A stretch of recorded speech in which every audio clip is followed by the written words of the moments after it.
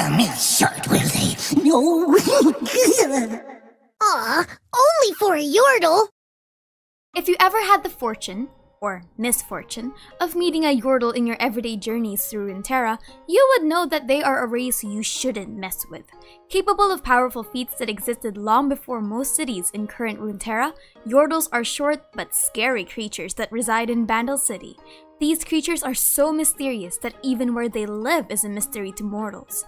But a lot of people can agree that trying to learn more about Yordles will send you down a path of enchantments, wonders, and a lot of strange phenomena that I don't think a mortal such as yourself can even stomach. As a famous Bandle scout once said, size doesn't mean everything.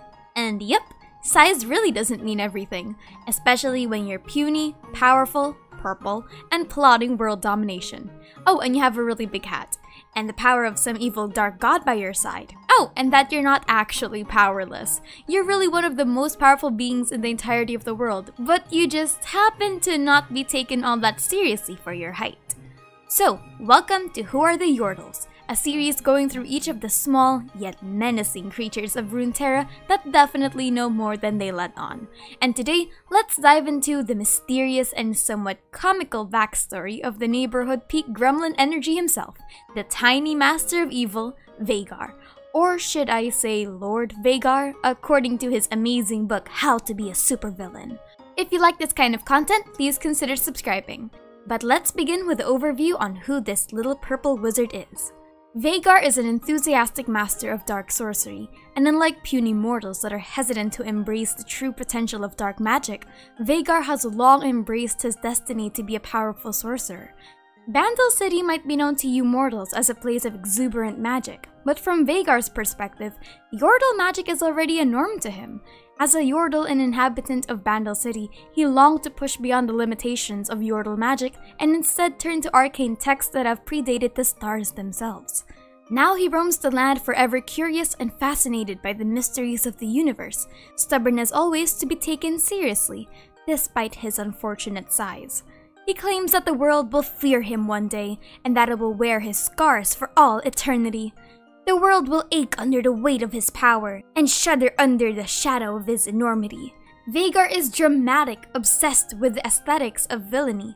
He is obsessed with gaining recognition for his evil acts, and is invested in attempting as much evil as possible, even if those acts aren't really all that detrimental to anyone, or even worse, can cause good things to happen. Though, while he claims to be the pinnacle of cruelty, evil, and everything in between, Veigar still possesses an inner morality that leads some to question what his deeper motivations are. So let's investigate those deeper motivations, starting with his backstory. You might think that Veigar is a creature to trifle with, and while his disposition might be somewhat humorous and his antics are quite deranged, you'd be surprised at how legitimate most of his claims of power truly are. Unfortunately though, his history isn't as optimistic as one would hope from a Yordle. For most of the people of Runeterra, Yordles are not typically something to be feared. Their fabled home of Bandles City is said to be a mysterious spiritual place, filled with odd trinkets and keepsakes gathered from across the material realm. While these creatures often leave to dwell among mortal races for a time, they generally return with fresh tales and new experiences to recount. Yet, sadly, there are those Yordles who lose their way. Among them is the sorcerer Veigar. Veigar's interest with ancient celestial magic was piqued when scattered survivors of the old Great Darken War revered the sky above. Veigar imagined himself as already a master of those mystical arts, yet he believed his journey to understand the truth of this world had not yet been realized. Being a newcomer, Veigar wasn't really questioned. He taught the mages astrology and how to read patterns created by the stars. He brought a new hope to these mages, but that hope would soon disappear as a new tyrant would sweep into the lands. The brutal warlord Mordekaiser and his army swept across the fields, crushing and enslaving any who oppose his rule. And the mages of the order, unskilled in war, were of little value to this tyrant. It was during this assault that the tyrant met Veigar, And when Mordekaiser realized the true power that Veigar held as a Yordle, he snatched him up in one iron gauntlet and dragged the Yordle away as though it was a prized possession. Veigar was imprisoned in the heart of the warlord's new monolithic fortress, and it was there that he learned the darker, more sinister side of magic. Veigar was forced to use his abilities for the tyrant's whims as Mordekaiser bound Veigar to the physical plane. This prevented Veigar from returning to Bandles City and seeking help. He was not the only captive in that hellish fortress, but such isolation was the worst and most cruel form of torture for a Yordle.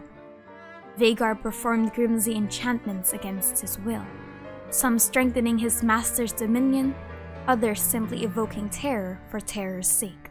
Veigar became a weapon in Mordekaiser's rule, a witness to Mordekaiser's vile deeds that empowered him to near mortality, and soon, whether it be in years or centuries, Veigar's magic began to twist and change. Veigar soon forgot his past. Memories faded as time moved on. Why had he come to Valoran? Where was he from? Had he known any other life before this? Questions such as these weighed on his fragile mind as his own light started fading away. He didn't know when Mordekaiser's reign ended, but after the warlord's own followers conspired against him, the tyrant's rule over the land was no more. But when Veigar was set free, he was beyond unrecognizable. His eyes golden and ablaze, his voice had become a sneer of malice. He fled from his cage and wanted no part in whatever the humans were doing to the city. Maybe a part of him simply wanted freedom and safety. Was that so much to ask? But he didn't turn away from evil. When he donned the armor befitting a sinister warlock, he embraced the evil within his magic and vowed ruthless villainy. He vowed to seize respect and benevolence in the only way he knew how, by inspiring fear in all who encountered him. His power grew exponentially. He would weaponize the stars and skies above to rain down terrible energies on his foes, or he would trap them within the timeless infinities within the event horizon. Though he couldn't quite find the same success. Sometimes he'd just accidentally help out citizens when his real intention was to plant the seeds of fear and anxiety within them. Maybe he's just bad at being bad. Well, whatever. Despite all these tribulations, Veigar is still very much yearning to be Runeterra's most villainous and wicked sorcerer. All things considered, Veigar's past is surprisingly dark. Veigar was born from years of torture under Mordekaiser's rule, and it isn't like he's forgiven and forgotten his past. If anything, he somewhat wants to follow in Mordekaiser's footsteps of instilling fear into the people around him. Unfortunately, he's just not really good at it. In the character's story, The True and Ghastly Tale of the Beast of Boliham Tower, we see that Veigar is excited when an angry mob goes to his gates and demands justice for the terrible acts he has wrought. He saw this as a sign of recognition. He even goes out of his way to make himself seem foreboding, ominous, and threatening. He has a flair for the dramatics, with all his spiky attire, the excessive eldritch magic, and his very interesting dialogue. Except when he finally showed himself to the villagers, instead of being recognized, or at least hated for his supposedly cruel acts and evils against humanity, he just starts getting accused of evil things he didn't do. He was accused of cursing the fields with rats or turning a girl lame after the harvest, except he didn't do all those things. And what's even worse was that the villagers were asking him to plead innocence. So when his evil and foreboding persona was falling apart, he starts getting frantic and stumbling over his own words. Of course, he denies ever doing those things, but he doesn't deny that he's evil, because he is evil, very much evil. He burnt the fields, terrorized the warlords, and began the reign of terror upon neighboring sorcerers. He is the pinnacle of evil, and he will make sure that the villagers get it! And they don't get it. Because it turns out, the warlord he vanquished during his evil, tyrannical reign was, in fact, an asshole. And instead the people acknowledge his reign of terror and let him keep doing his terrory ways, because the village is humbly begging the mighty wizard Veigar to do whatever evil thing he has to do. Veigar's bouts of passion for villainy could all be for dramatic flair, but the situation still stands that Veigar's doing his best to get some recognition for his evilness and not his height. Though it seems that he does have some work in progress. Veigar is your standard Sunday sitcom villain, at least on the surface. Because we shouldn't forget that this little guy is actually someone forged and formed from torture and mental indoctrination. Who knows how long he's been trapped under Mordekaiser? Who knows how twisted and corrupted his magic has truly become? While it is nice to laugh at Veigar every now and then, his powers still rival some of the most powerful creatures in Runeterra. Veigar is so underestimated in the lore that we have to remember this guy has the potential to be the strongest mage in all of Runeterra, if he's not already. He has access to Yordle Magic, which already puts him leagues above every other mortal. He has celestial knowledge and can harness dark energies without a single thought. Veigar is strong, really strong.